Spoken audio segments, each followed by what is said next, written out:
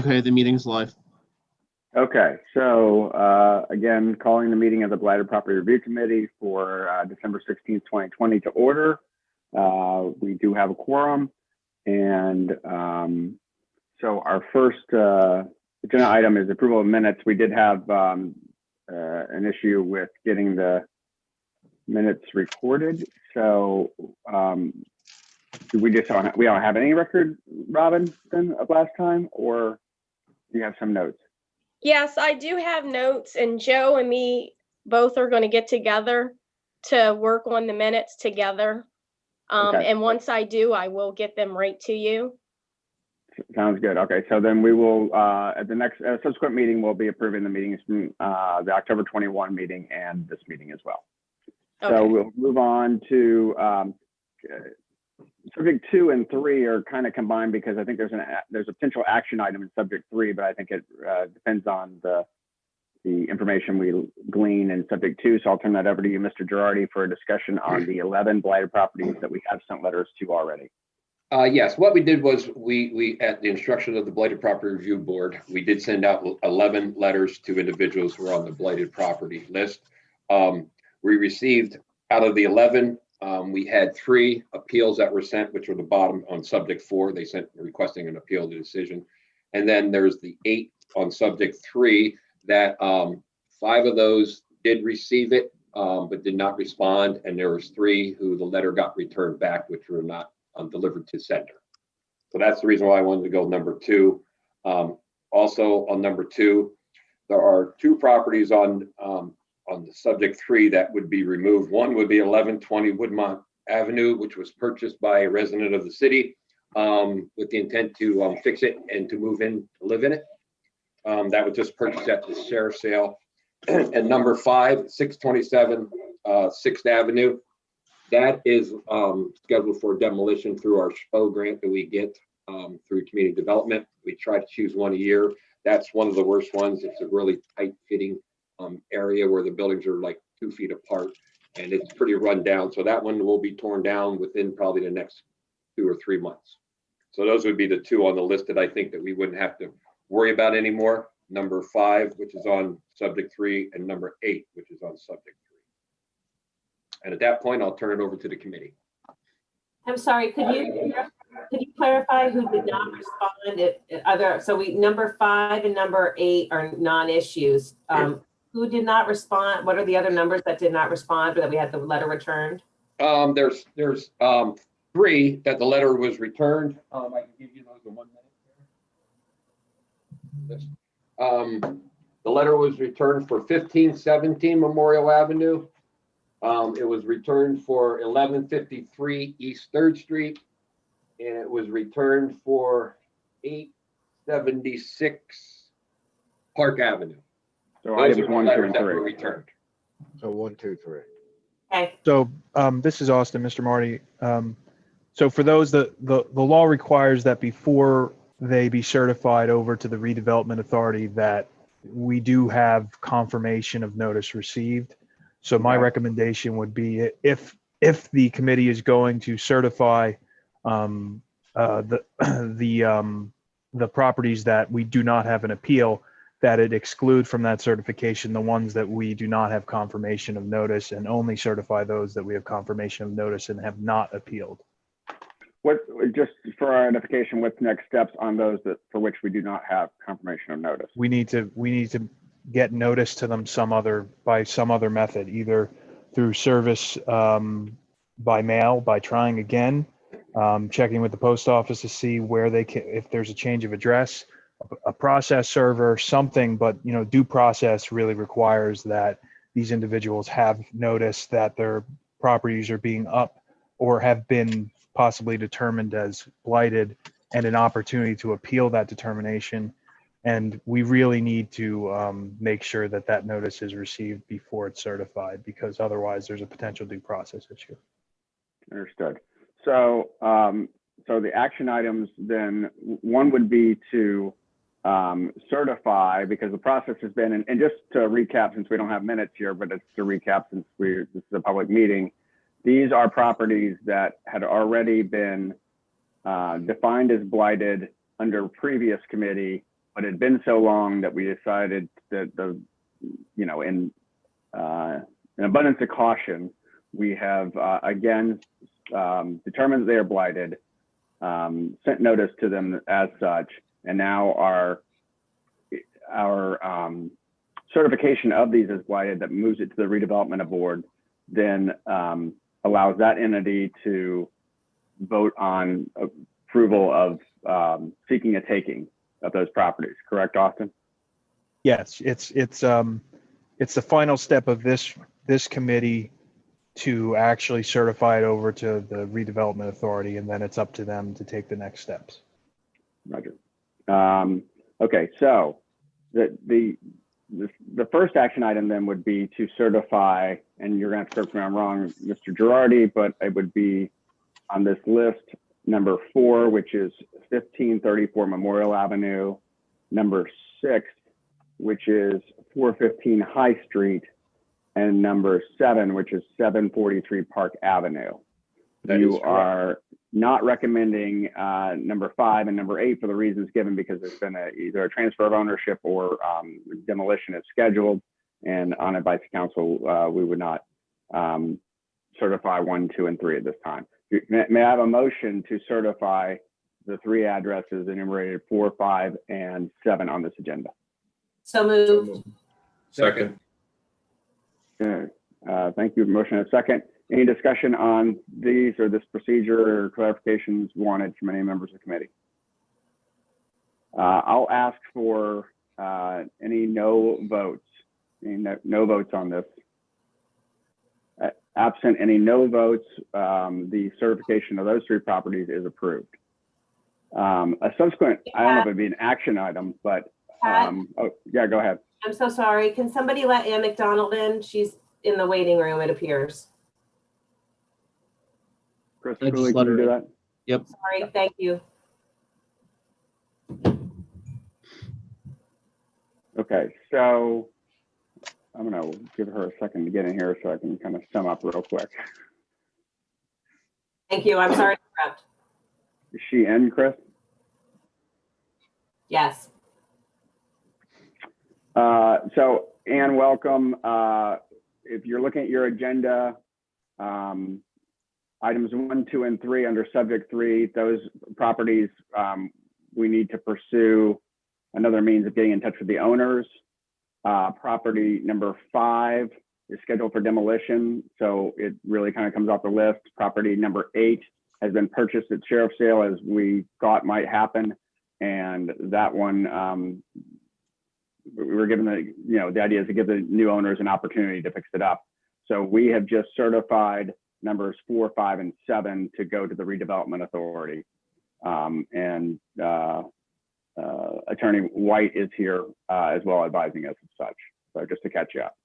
And just to add, I'm sorry, Pat, just to add for number 8, the new owner of the property did come in, file for a permit for the furnace system and doing some odds and ends in there. And then once they calculate all the items they have to do in the building, they'll be coming in for a building permit. So this one definitely will be renovated and brought back into compliance. We'd ask that you kind of keep an eye on that though, because good intentions aside, sometimes those things don't happen. Well, I understand that completely. As you know better than I. Also, Mr. Girardi, we'd like you to, and Robin, as quick, as expeditiously as possible, pursue some other means of getting in touch with the owners of properties 1, 2, and 3, please. Yep, we'll take care of that. We'll see what we can do. Okay, we'll follow up. May I ask how we did the first time, please? Did we just send a letter? Did we send a certified mail? What was the?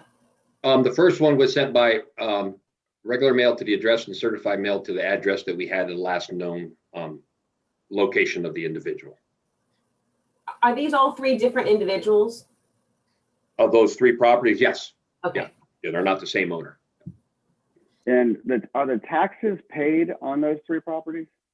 I can look real quick here. If they are, we maybe could coordinate with the county assessor's office and see what address the tax bill went to, because it's obviously a recent address at any rate.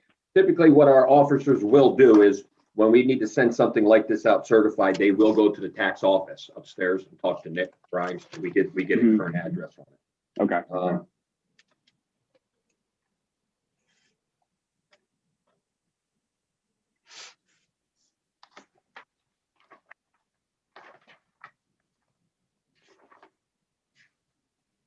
On 1517, the taxes were paid through 2019, so we do have a current address on that. And that person does live in the city, and I don't understand why he did not receive the letter, because it was sent to his address. He just didn't receive, didn't sign off on it. It got sent back. At 1153 East 3rd Street, they are not current taxes at this time. And the other one would be at 876. Sorry, there's a bunch of paperwork every one of these, so you gotta give me a little time to get through it. City's taxes paid by the mortgage company is paid up. So the mortgage company is paying the taxes on 876 Park Avenue. Well, is the mortgage, but the service, it can't be to the mortgage company. It's got to be to the. Yeah, That would be something, I guess, Austin would answer. I think if the mortgage company is paying, and I'm assuming that it went back to the company. So theoretically, I'm assuming the mortgage company owns it. Mr. Girardi, I think it really needs to be to the owner rather than the mortgage company. So to the best that we can do that, if it's someone locally, which I think I heard you say that at least one of them was, I mean, Yes. it may be something that we want to engage the sheriff's office with. Correct. I agree, and I don't know if you need an action for that or just my suggestion. I'll yield to other members of the board would be for that person. If we know that, then why even bother with a second round of trying to mail something to somebody who's not going to sign off on there? I think that needs to be served. I agree. They should be served if we know where they are. Agreed. Okay, well, if we can locate them, we will serve them. Okay. Like I said, I definitely know the one person we can serve. He's in the city for sure. The other two, I believe one's in California and the other one's in. Mr. Girardi, for the one in the city, if you do engage the sheriff, if you could just make sure that they do a return of service that you guys can have in your office then, so that we have some sort of proof of service, that'd be perfect. Yep, I'm writing that down. And for the one owned by, or that is being paid by the mortgage company, maybe someone can explain to me, why would a mortgage company be paying for the taxes if the mortgage company didn't take over the ownership of the property? I can answer that just as a matter of general practice. Sometimes they step in because otherwise it could go to a tax sale, and then that could affect their ability to collect on the mortgage. So for instance, they may have, and this is just general, this isn't particular to any property, but a lot of times mortgage companies will have the plans to foreclose on a property and know that the taxes aren't being paid, and so they'll step in to preserve their right to go after the property and take possession.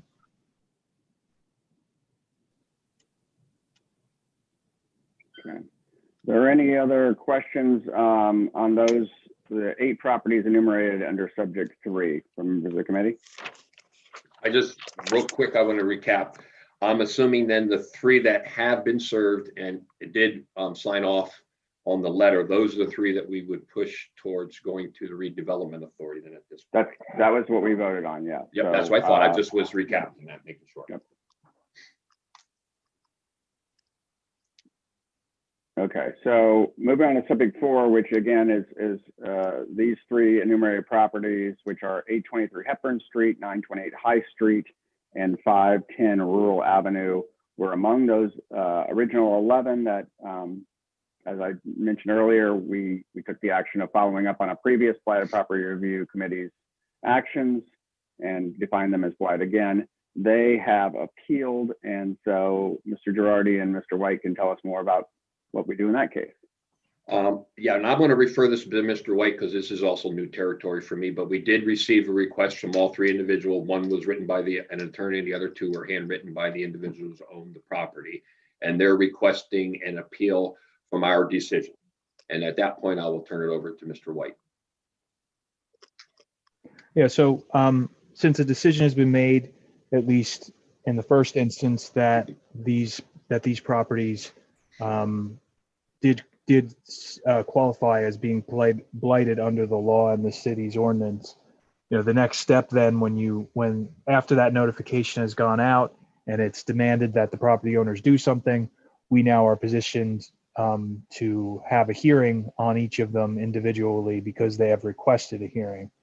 So what I would recommend that the committee do at this point is just not discuss the merits of any of them or the basis for them being blighted, because that would be something that we'd do in the context of the hearing, but just scheduling. So decide what day we're able to put these on a meeting agenda to have each of them held as a hearing, and come to an agreement on a date, and then we can send out a notice to each property owner that we've received their appeal and here are your rights, and the hearing will be held on X day at X time.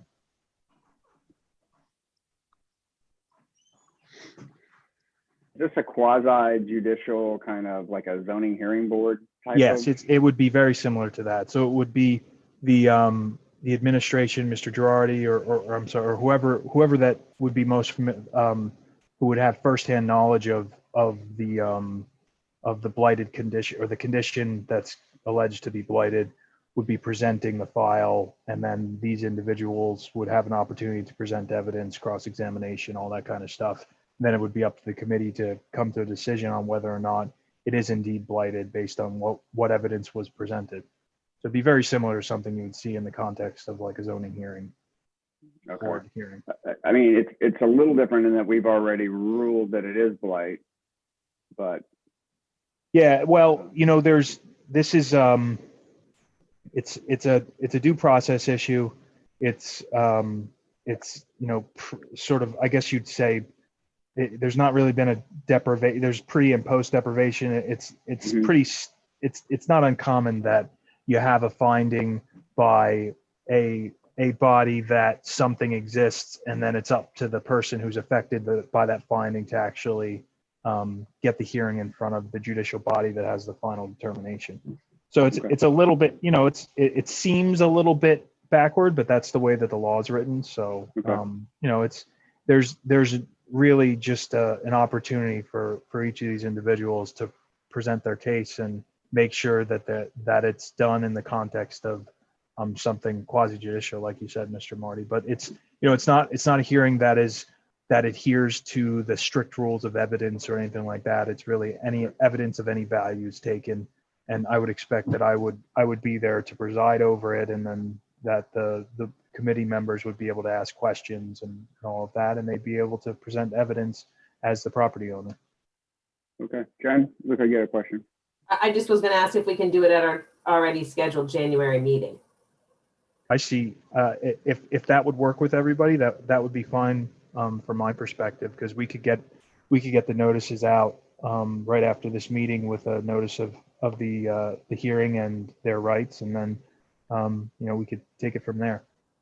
Was there any indication, Mr. Girardi, in their appeal? Was it just simply I appeal the decision, or is there some sort of circumstance around that or narrative around that was presented? I would say 2 of the 3. The one gentleman did purchase this property 2 years ago. His intent was to come in and flip it and resell it. That's the one on, I believe, High Street. And the same thing with the other letter on Roll Avenue. Both those individuals wish to renovate it, fix it, and flip it and sell it. And that's what they indicated in their letter. The other one on Hebron Street, basically, I think he's basically saying you'd have to read the letter, and maybe I should have sent them out to everybody, and I apologize. But 2 of the 3, yes, they're indicating that their intent is to flip this and switch it. And one of them is a newer owner, and the other one is a previous owner who's never had the opportunity to get back into the city to do it. Basically what he's saying in this letter. Austin has the letters. He might be able to speak a little bit better. Yeah, I think that the reason for the appeal is something that we can get into at the hearing itself. Probably something I'd rather not get into in too much detail at this point, and just keep it to scheduling, so that when the committee meets as a quasi judicial body, it can consider all of that in the context of evidence presented with the property owners present to either explain or cross-examine or do whatever that they need to do, that they feel they need to do. Understood. Austin, I'm assuming I'm permitted to send these letters to all the committee members. Am I correct? Yes, so the letters that, the letters that resulted in us needing to schedule the hearing, I think would be part of what should go out to the committee members, Okay. telling them that the hearing has been scheduled. Austin, Joe, would it be possible also for those properties? I know we've been talking about having this sort of master list, and in the absence of the master list, could you perhaps give us some general information on each of those properties, like how long it's been, on our radar, remind us what the issues are with it that determined the blight in the first place? Just sort of a summary on each of the properties before we would. I can actually, Jennifer, if you like, I can actually send you the complete package of everything that's been on this property since we started it. You'll see the date, you'll see the taxes, you'll see the violation notices and all the pictures. That's fine. I can do that. Mr. Girardi, my preference would be, just for purposes of due process, that if something is going to be shared with the committee in advance of the hearing, it only be things that have already been sent to Correct. the property owner. Yep, correct. I wouldn't send them. Yes, absolutely. If that helps you out, if that's what you're looking for. Yeah, I guess for us to be reminded of what is the blight related to each of the properties, and then the appeal letter. I just think we'd want to have both of those things before we listen. Absolutely. Like I said, this is a new process for me, and I think everybody on the board side want to make sure when we do it in the procedure we're supposed to. That's the reason I'm relying a lot on Austin on this, because like I said before, this is my first one I've been through in 12 years. It's never been, the board's never really pushed it to this part. This board is pushing it, which is a good thing. And like I said, so I want to make sure the procedure we're doing is the proper one.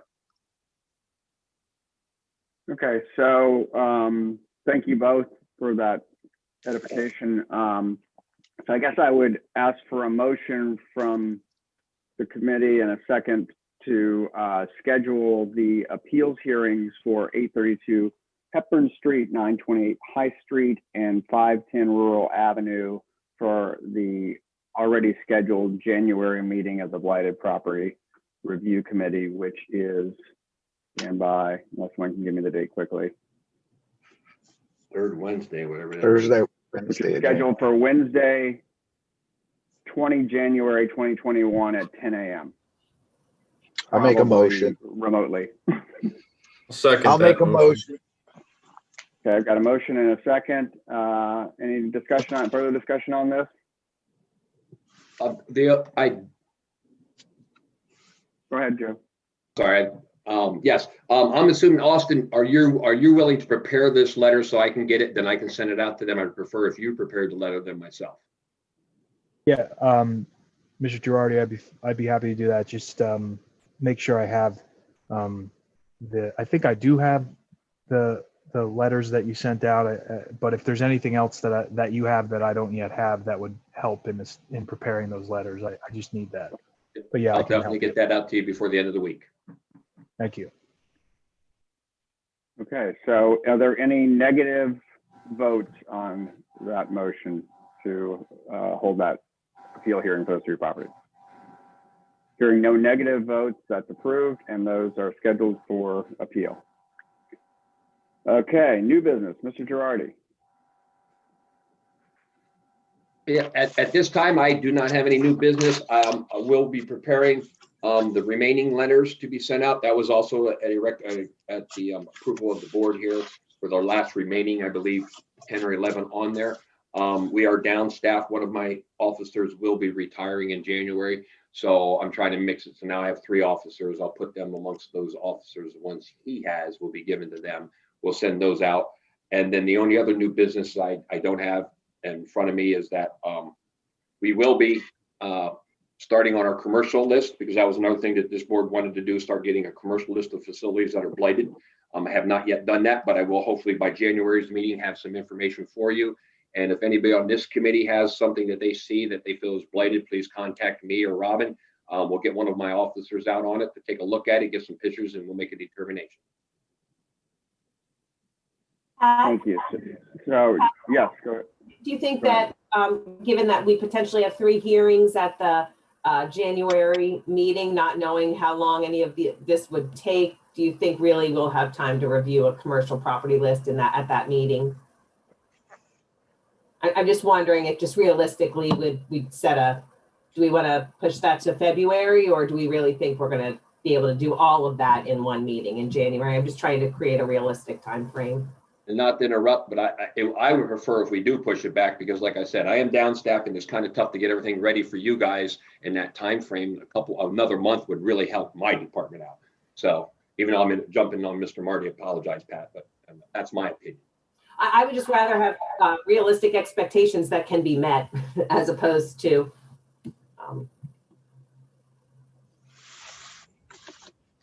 Okay, so I guess what we will look at for the January meeting is obviously the appeals. We will have some sort of report that the remaining balance of properties from the previous committee that we've ratified, for lack of a better word, those letters have been sent out because that's already been authorized to be done.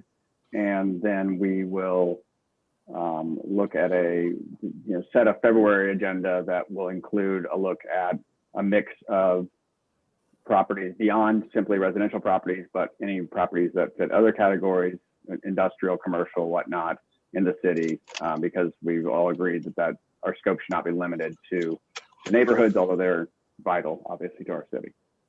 And just to clarify that the February meeting, for the minutes, that there were other properties we talked about beyond the 8 that were on this list. So as Pat mentioned, just those would be included in this compilation list that we'll be looking at in February. It'll be. Well, I think even in, you mean the properties that we are already, that were the other balance of properties that we've already looked at, or new properties that came to light since we've been a committee? No, I mean the balance of the property. There were properties beyond 8. And so I would like to see those residential properties in some sort of list form for us. Oh, okay. Yeah, that's what I'm saying. Those letters, we should have a report that those letters have gone out at the January meeting. You do have that list, Jennifer. I'll be more than happy to send it back out. There's a list of all the properties that we have ratified and approved are on that list. The remaining ones that are on that list, I didn't send out. Maybe I misunderstand what you're saying. I apologize if I am. I just feel that we had talked a lot about the way the list was formatted, and we had asked for some additional information to be placed on the list, including the link to the parcels. And that was like 3 meetings ago, and we've never received a sort of clean spreadsheet that was easy to read that indicated, when the property went on. And am I the only one that recalls